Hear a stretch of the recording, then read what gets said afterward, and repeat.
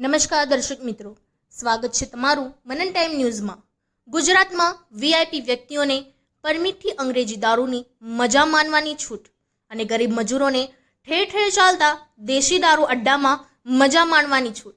જાણે છુટ્ટી આપી હોય તેમ લાગી રહ્યું છે, તો મધ્યમ વર્ગનું શું? ગુજરાતમાં દારૂબંધીના ધજાગરા ઉડાડતો વિડીયો સામે આવ્યો છે। વડોદરામાં જાહેર રોડ પર દેશી દારૂની મજા માણતો યુવક નજરે ચડ્યો। આ વિડીયો જૂની કોઠી કચેરીની સામે જાહેર માર્ગનો હોય તેવો દાવો કરવામાં આવી રહ્યો છે। પોલીસની તો આ યુવકને કોઈ બીક જ ન રહી હોય તેમ લાગી રહ્યું છે। એક બાજુ પોલીસ નશા મુક્તિના અભિયાન ચલાવી રહી છે, તો બીજી તરફ જાહેર માર્ગ પર દારૂ પીતો વાયરલ વિડીયો થતા પોલીસની કામગીરી પર સવાલો ઉઠ્યા છે। જો કે આ વાયરલ વિડીયોની પુષ્ટિ મનન ટાઈમ ન્યૂઝ કરતું નથી। વીઆઈપી વ્યક્તિઓ પરમિટથી અંગ્રેજી દારૂની ગુજરાતમાં મજા માણે છે। ગરીબ મજૂર વ્યક્તિઓ આ રીતે દેશી દારૂની મજા માણે છે, જ્યારે મધ્યમ વર્ગને તો દરેકમાં મોંઘવારી નડે છે અને બુટલેગરો પાસેથી વેચતો અંગ્રેજી દારૂનો માધ્યમ વર્ગને લેવો હોય તો આશરે 300થી 400ની બોટલના 1000થી લઈને 1200 રૂપિયા આપવા પડે છે। તો શું ખરેખર ગુજરાતમાં દારૂની છૂટ આપવું જોઈએ એ ખરી, કે પછી મધ્યમ વર્ગને આ રીતે જ લૂંટતા રહેશે અંગ્રેજી દારૂ વેચનાર બુટલેગરો? પાણી જાતો પી નાખો, કાંક વગાડો વધારે પછી પીવા, વરસાદ પડે તારે પીવાનું। આ તો મિનરલ વોટર છે। અહીંયા જો અહીં જો અહીંયા જો અહીંયા જો કાંક વગાડે આ બાજુ અર્ધ માણસ છે, પોલીસનો માણસ છે।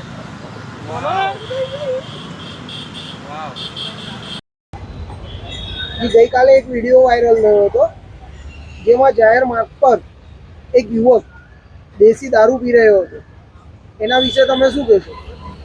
ગરીબથી ગરીબ માણસ હોય અને જે વ્યક્તિ દેશી દારૂ પીતા હોય છે એ લોકોને ખુલ્લેઆમ દેશી દારૂ વેચાય છે અને દારૂ મળી જતો હોય છે, પરંતુ મિડલ ક્લાસ પરિવારે જો દારૂ પીવો હોય તે વ્યક્તિ સારો દારૂ પીવો કે ઇંગ્લિશનું વિચારે કે ઇંગ્લિશ દારૂ પીવો છે તો ઇંગ્લિશ દારૂ છુપાઈને પીવો પડે છે।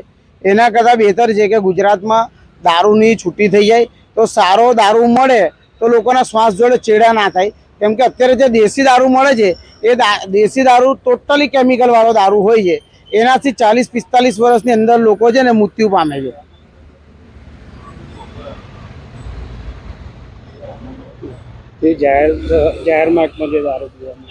જાહેરમાં દારૂ પીવે છે એટલે કંઈ ને કંઈ તો આ રાવપુરા પોલીસ સ્ટેશનની અંદર પ્રિમાઇસીમાં આવતું હોય।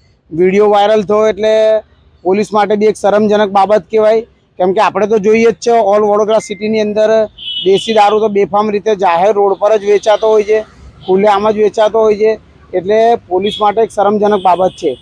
દેશી દારૂમાં કોની રોકટોક ક્યારેય જોઈ હોય? રોકટોક તો હવે દેશી દારૂની અંદર તો કોઈ રોકટોક હોતી નથી। એક દૂધી લેવાની, એની મેં ઠેલા આપણે તપેલામાં નાખવાની, એની અંદર પાણી મળાવવાનું અને દારૂ વેચવાનો બેફામ રીતે ખુલ્લેઆમ, બરાબર છે। એટલે દારૂની દેશી દારૂની તો કોઈ રોકટોક દેખાતી જ નથી। યુવાને કીધું છે કે આ જગ્યાએથી દારૂ મળે છે તો પોલીસ એના પર કાયદેસરની કાર્યવાહી કરશે હવે? જો એના પર એને કીધું કે દારૂ હું આ જગ્યા પરથી લીધો છે તો રાવપુરા પોલીસ સ્ટેશન હદ વિસ્તારમાં આવેલો વિસ્તાર છે, જૂની કલેક્ટર કચેરી, તો પછી તેના પર એક્શન લેવું જ જોઈએ, કેમ કે ગુજરાતમાં દારૂબંધી છે તો દારૂ વેચી ના શકે, પછી ઇંગ્લિશ હોય કે દેશી દારૂ હોય, પરંતુ જે ભાઈ દારૂની અંદર ખુલ્લેઆમ દારૂ પી રહ્યા છે અને વ્યક્તિ એવું કહેતા હોય કે હું આ જગ્યા પરથી દારૂ લીધો છે, તો આ ઓપનલી ચેલેન્જ કહેવાય રાવપુરા પોલીસ માટે।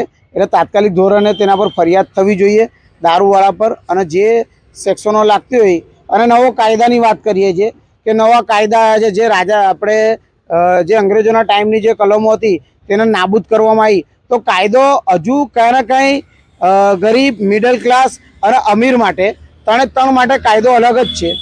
જો કાયદો એક જ સમાન હોય તો પછી દેશી દારૂ જેવી રીતે વેચાય છે એવી રીતે ઇંગ્લિશ દારૂ લોકોને સારો પીવા માટે મળવો જોઈએ। અને મારું તો કહેવું એવું છે કે ખુલ્લેઆમ જ દારૂ થઈ જવો જોઈએ અને ગુજરાત સરકારે છૂટી આપી દેવી જોઈએ દારૂની, કે લોકોના શ્વાસ જોડે ચેડા ના થાય અને ચોખ્ખો દારૂ મળે તો લોકો બચી શકે।